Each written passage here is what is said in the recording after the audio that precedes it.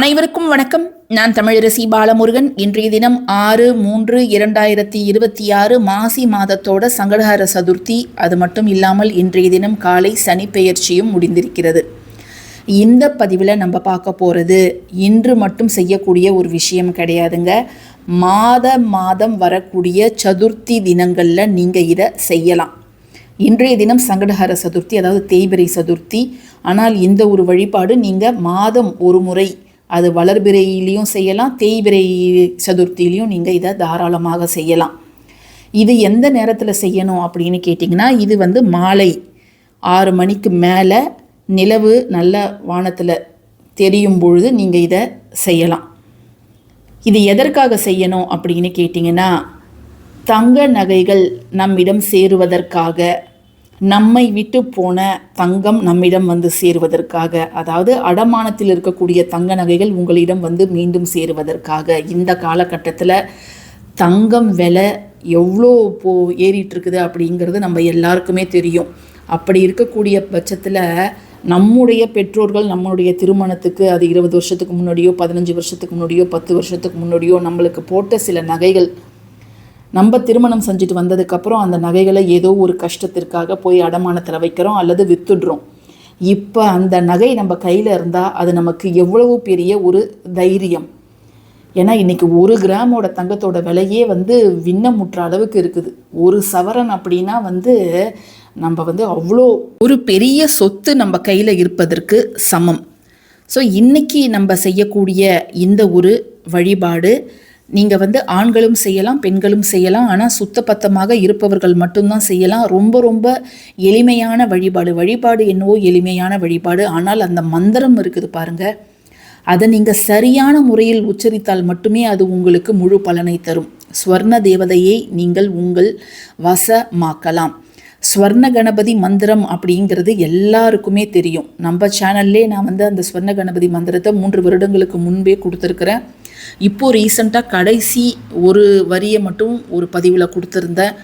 ஆனால் அந்த ஸ்வர்ண கணபதி மந்திரத்தை நீங்கள் உச்சரிப்பதற்கு முன்பு உச்சரிக்க வேண்டிய மிக மிக சக்தி வாய்ந்த ஒரு வரி, அதாவது ஒருத்தருடைய அருளை நாம் கேட்டு பெறுவதற்கு அதை நம்ம உச்சரிக்கணும். அதுவும் என்ன அப்படிங்கிறத நம்ம இப்போ பார்க்கலாம். சரி, ஸ்வர்ண தோஷம் இருக்குது அப்படின்னு சொல்கிறீங்களே, இதை நம்ம எப்படி கண்டுபிடிக்கிறது? இது நம்ம ஜாதகத்தில் போய் ஜோசியர்கிட்ட காமிச்சா அவங்க சொல்லுவாங்களா அப்படின்னு நீங்கள் யோசிக்கலாம். ஸ்வர்ண தோஷத்தை நம்ம ஜாதகத்தை பார்த்து தான் தெரிஞ்சுக்கணும்னு கிடையாதுங்க. நம்முடைய வாழ்க்கை எப்படி இருக்குது, நம்ம கிட்ட தங்கம் முன்னாடி எவ்வளோ இருந்துச்சு, இப்போ எவ்வளோ இருக்குது, ஒரு தங்கம் வாங்கிறதுனா அதற்கு எவ்வளவு தடைகள் வருது, ஒரு நகைச்சீட்டு கட்டுறதுனா அதுக்கு எவ்வளோ தடைகள் வருது, அந்த சீட்டை முழுவதும் உங்களால் கட்ட முடியாமல் போகுதா, அல்லது அதையும் மீறி நீங்கள் தங்க நகை வாங்குறீங்க, பட் ஆனாலும் அந்த தங்கம் உங்களிடம் தங்க மாட்டேங்குது, உங்களை விட்டு பிரிந்து போயிடுது அப்படின்னாலே அது ஸ்வர்ண தோஷம் இருப்பதற்கு சமம். இன்னும் சிலருக்கு தங்கம் தொலைஞ்சு போயிடும். வாங்குவாங்க, அதை ஜாக்கிரதையாக தான் வச்சுருப்பாங்க, பட் ஏதோ ஒரு சுச்சுவேஷனில் அது தொலைஞ்சு போயிடும், திரும்ப அவங்களுக்கு கிடைக்கவே கிடைக்காது. இப்படியெல்லாம் தங்கம் ஒருத்தவங்க கிட்ட தங்காமல் இருந்துச்சுன்னா அவர்களுக்கு ஸ்வர்ண தோஷம் அப்படிங்கிறது இருக்குது அப்படின்னு தான் அர்த்தம். ஸோ குருவோட அருள் வேணும், விநாயகரோட அருள் வேணும்.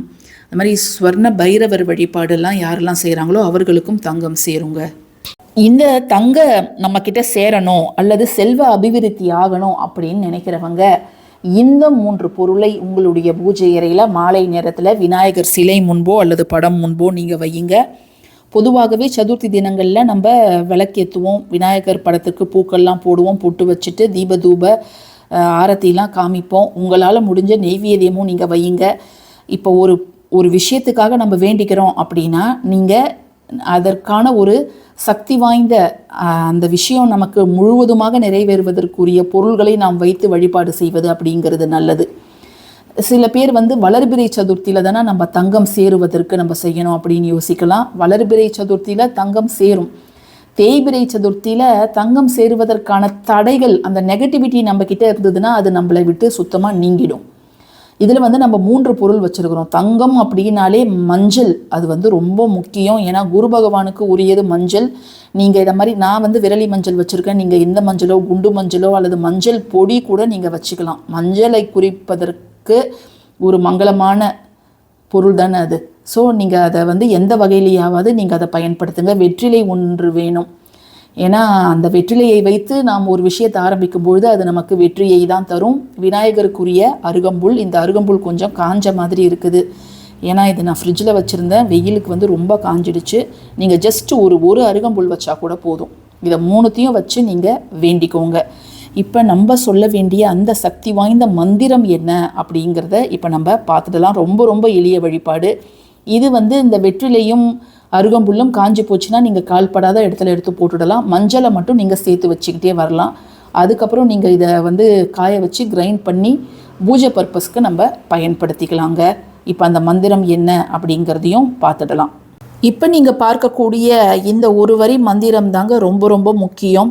நீங்கள் வந்து ஸ்வர்ண கணபதி மந்திரம் உச்சரிப்பதற்கு முன்பு ஓம் ஸ்ரீ பார்கவ ரிஷியே நமஹ என்று 3 தடவை சொல்லி எனக்கு இந்த மந்திரம் பலிக்க ஆசிர்வதிக்க வேண்டுகிறேன் என்று பார்கவ ரிஷியை வேண்டிய பின் தான் அந்த மந்திரத்தை ஜபிக்கணும்.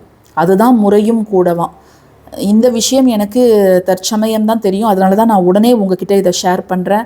ஸோ ஸ்வர்ண கணபதி மந்திரம் இப்போ வந்து நீங்கள் சாதாரணமாக ஸ்வர்ண கணபதியே போற்றி அப்படின்னு சொன்னீங்கன்னா அதற்கெல்லாம் இதை நீங்கள் உச்சரிக்க வேண்டாம். ப்ராப்பரான ஸ்வர்ண கணபதி மந்திரம்னு 2 வரி மந்திரங்கள் இருக்குது. ஸோ அதை வந்து ரொம்ப சக்தி வாய்ந்தது. அதை நீங்கள் உச்சரிப்பதற்கு முன்பு இந்த ஒரு வரியை இந்த பார்கவ ரிஷிக்கிட்ட நம்ம வந்து எனக்கு அந்த மந்திரம் பலிக்கணும் அப்படிங்கிறத நம்ம வந்து கேட்குறோம். ஸோ இதை 3 தடவை உச்சரிச்சுட்டு அதுக்கப்புறம் நீங்கள் ஸ்வர்ண கணபதி மந்திரத்தை நீங்கள் வந்து உச்சரிக்கலாம். அது மட்டும் இல்லாமல் ஸ்வர்ண கணபதினா வேறு யாரும் இல்லைங்க, லக்ஷ்மி கணபதி தான். அந்த தங்கத்தாலே தங்க நிறத்தில் அந்த கணபதி இருப்பார். முடிஞ்சால் நீங்கள் அவருடைய ஃபோட்டோவை வந்து நீங்கள் டவுன்லோட் பண்ணி நீங்கள் பிரிண்ட் அவுட் எடுத்து உங்கள் வீட்டு பூஜை அறையிலையும் நீங்கள் வச்சுக்கலாம்.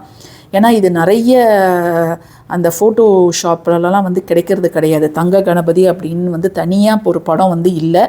ஸோ நம்ம கூகுளில் பண்ணோன்னா ஸ்வர்ண கணபதி அப்படின்னு போட்டிங்கன்னா தங்க நிறத்திலான கணபதி இருப்பார்.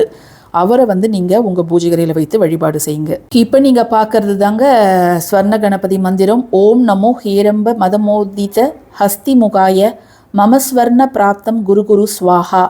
இதை எத்தனை முறை உச்சரிக்கணும் அப்படின்னு கேட்டிங்கன்னா 27 முறை நீங்கள் உச்சரிக்கணும். ஸோ அந்த ஒரு வரி 3 முறை, இதை 27 முறை உச்சரிக்கலாம். சில பேர் வந்து நான் தினம்தோறுமே நான் விளக்கேற்றிட்டு இதை நாம் உச்சரிக்கலாமா அப்படின்னு கேட்டிங்கனாலும் நீங்கள் தாராளமாக உச்சரிக்கலாம். பட் சதுர்த்தி தினங்களில் இதை நீங்கள் ஏதாவது ஒரு நெய்வேத்தியம் வைத்து பிள்ளையாரை நினைத்து செய்யும் பொழுது இது இன்னும் கூடுதல் பலனை உங்களுக்கு பெற்றுத்தருங்க. ஸோ இந்த பதிவு உங்களுக்கு ரொம்ப பயனுள்ள பதிவாக இருக்கும்னு நான் நினைக்கிறேன். முடிஞ்சவங்க நீங்கள் இன்றைக்கே நீங்கள் ஆரம்பிக்கலாம். ஒன்றும் தவறு கிடையாது. மாதத்தில் ஒரு சதுர்த்தியில் நீங்கள் ஆரம்பிக்கலாம். அது நீங்கள் தேய்பிரையில் பண்ணாலும் சரி அல்லது வளர்பிரையில் பண்ணாலும் சரி உங்களுக்கு நிச்சயமாக நல்ல பலன் இருக்கும். பதிவு பிடிச்சிருந்ததுன்னா கட்டாயமாக லைக் பண்ணுங்கள், ஷேர் பண்ணுங்கள், நம்ம சேனலுக்கு சப்ஸ்கிரைப் பண்ணுங்கள். தேங்க்யூ ஃபார் வாட்சிங் திஸ் வீடியோ. நன்றி.